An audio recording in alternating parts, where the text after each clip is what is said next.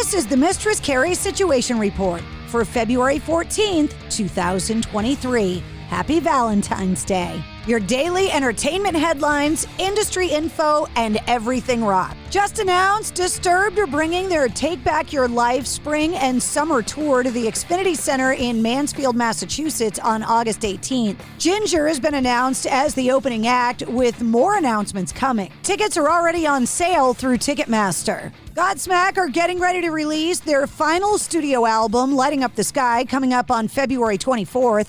And yesterday they announced dates for a brief spring headlining tour with I Prevail. Dates kick off on May 4th in Denver and wrap up on May 25th in Columbus, Ohio at the Sonic Temple Art and Music Festival. Godsmack are going to continue on with 2 more dates, finishing up on May 28th at the Mohegan Sun Arena in Uncasville, Connecticut. Tickets for the tour go on sale this Friday, February 17th at 10 a.m. local. And speaking of concert announcements, Ghost are taking Amon Amarth out on the road this August and September for an extensive U.S. tour.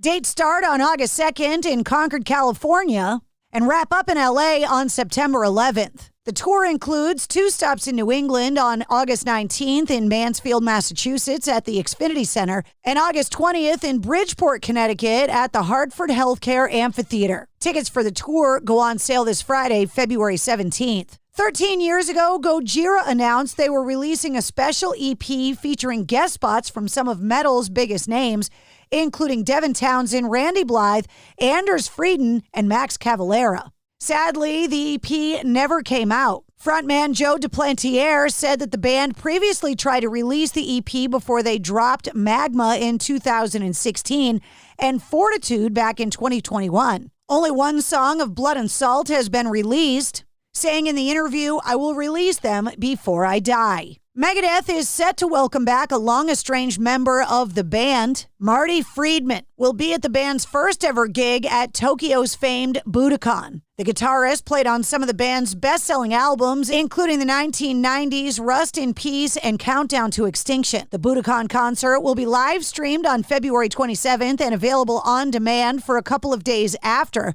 marking the first time in more than 2 decades Friedman shared the stage with the group. Forbes magazine has published its annual breakdown of the highest-paid entertainers, revealing that Taylor Swift, the Rolling Stones, and Bad Bunny were among the biggest revenue raisers of last year. Taylor Swift came in 9th on the list, totaling $92 million in earnings.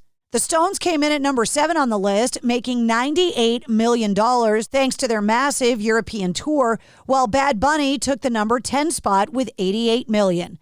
Sting was the highest-earning solo artist on this year's list, having pocketed $210 million from the sale of his publishing catalog. James Cameron made the list with $95 million from early box office receipts from Avatar: The Way of Water. Brad Pitt made $100 million from selling the majority of his production company, Plan B. And Tyler Perry ended the year with $175 million thanks to his back catalog of films and BET TV productions. Trey Parker and Matt Stone made it to number 4, bringing in $160 million from a Paramount deal they signed back in 2021. And James L. Brooks and Matt Groening are at number 5 with $105 million from their Simpsons syndication fees.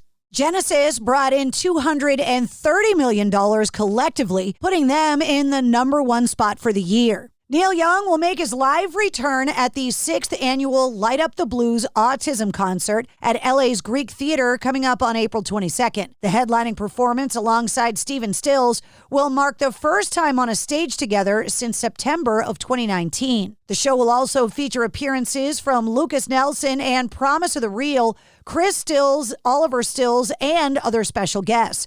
No host has been named as of yet, and tickets go on sale for the show this Friday at 10 a.m. local time. And that's your sit rep. For more details on all of the stories, check the links in the show notes of this episode. And don't forget to follow and subscribe to the Mistress Carrie Podcast. New full-length episodes come out every Wednesday. Episode 140, featuring Clint Lowry from Sevendust, is available now. This is the Ugly Things Podcast, and I'm your host, Mike Stacks. That's right.